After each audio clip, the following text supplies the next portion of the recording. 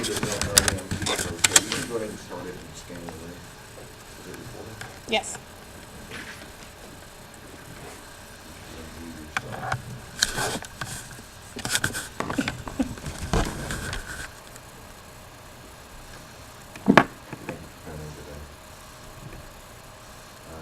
I'll be giving what's considered an introductory speech in my class, but we're not to give biographical data. We were instructed to tell of an event in our life that impacted our life, and so that's what this is, and it should be about 5 minutes. Probably run 6, but I'll try and get it. We all face unexpected changes in life, and today I will tell you about an unexpected change that brought about unexpected rewards. First, I'll establish my original position so you may understand the changes I faced. Changes in life are inevitable and often outside of our control. By the time I was 27, I thought I had my career path planned. At 21, I started working for U.S. Steel. By the time I was 23, I had been moved into the metallurgical laboratory, and by the age of 25, I'd been promoted to the position of physical and chemical tester. U.S. Steel was a blue chip stock company. It was founded in 1901 by Andrew Carnegie, J.P. Morgan, and Charles Schwab at a cost of over $1.4 billion, which was the largest corporate startup of the time. In their first year of operation, they produced 67% of the steel produced in the United States, and they went on to become the world leader in steel production. Most of the Alaska pipeline, much of the world's smaller pipelines, virtually all the armor plate for the United States and Israel, as well as the bombshell steel, was made at U.S. Steel Texas Works. All this combined to give me a sense of security and permanence in my job. But world conditions converged to change demand for steel, the steel industry, and ultimately U.S. Steel. The automobile industry changed its design and location. They lightened cars to get better gas mileage and switched from steel to aluminum. And of course, the automobile industry, frankly, moved from Detroit to Japan and Europe. Foreign steel flooded the world markets with low-priced steel, actually selling it here cheaper than we could produce it. The sudden decline in oil prices stopped all oil exploration and oil pipeline. Some of you may remember in the early 80s, oil dropped to $10 a barrel. We can only wish for that again. Anyway, as a result of this, U.S. Steel closed its doors in 1985, and U.S. Steel Corporation ceased to exist in 1986, although it is reorganized now. Anyway, suddenly, I was a person unemployed with no prospects, and the question bearing down on me was what next? It was in this situation that I came to understand that whether you find rewards in change or not will be determined by how you respond to your circumstances. The response among my coworkers varied. Some failed to respond in any manner, frozen, shock, or fear, into inaction, and they followed the course to bankruptcy and insolvency. Many, angered at the world for their perceived mistreatment, lashed out and soon found themselves in divorce court, or worse yet, in criminal court.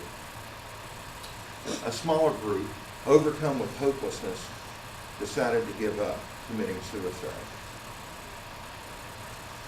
And I came to remember an old Hebrew proverb that says, "For lack of vision, my people perish." A modern translation would be, "Without goals, the people perish." So I decided that this disaster was no disaster at all, but was in fact an opportunity for me to reinvent myself. First, I had my interest in abilities evaluated. The results indicated that my interests were in scientific and technical areas. Problem being, my steel mill, along with all 6 other steel mills in the Houston area, were closed. The oil and chemical industries were experiencing cutbacks. So the best option for me was to seek an education in my area of interest, which was still in demand. The only option I could see was to educate myself in a new field, which was both in my field of interest and in demand. I knew that I got a great sense of satisfaction from helping others.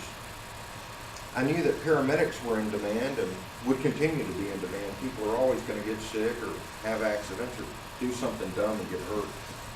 So I knew the path to my future was through emergency medical services education. I'd already found unexpected rewards, finding I could reinvent myself, and discovering that education was the path to the future, that the greatest rewards were yet to come. The greatest benefit to overcoming adversity and succeeding is that it provides an incredible sense of accomplishment. Completing the education requirements to be a paramedic gave me a sense of accomplishment. I learned I could not rely on past positions, but on completing my education. Getting my diploma and later receiving my paramedic certification did give me that sense of achievement. And wearing the uniform of a firefighter paramedic made me feel a sense of value to my community. While completing my education, I learned that the sense of accomplishment comes from helping others. While I was in the metallurgical laboratory, I used chemicals to alter grades of steel, make them tougher, stronger, more elastic. But now I use chemicals to relieve pain and prolong life. While completing my education, I experienced my first successful cardiac resuscitation and delivered my first child. These gave me incredible senses of accomplishment that I never could have imagined before. The new positions I held as I progressed in my career also gave me a sense of accomplishment. I once again was in a position to provide for my family. I once again was in a position which would provide retirement income for both my family and me. And the positions I held provided respect from my peers. Every life is unplanned events. And I hope I have shown you that the setting of goals to overcome obstacles in your path and making a plan to overcome them can bring you both expected and unexpected rewards. I've often said a goal without a plan is just a dream. So to make that goal come true, make a plan. Today I told you how an unplanned change in my life brought unexpected rewards. I want to share just one more before I close. As a result of unplanned change, I ended up being the recipient of a letter addressed to the paramedic that saved my daddy. It was a couple of years after this occurred, and I walked into the fire station and my captain handed me this letter. And it was from an 8-year-old boy whose father I resuscitated. And he shared with me how glad he was that I was there for his dad, how much it meant to both him and his mother.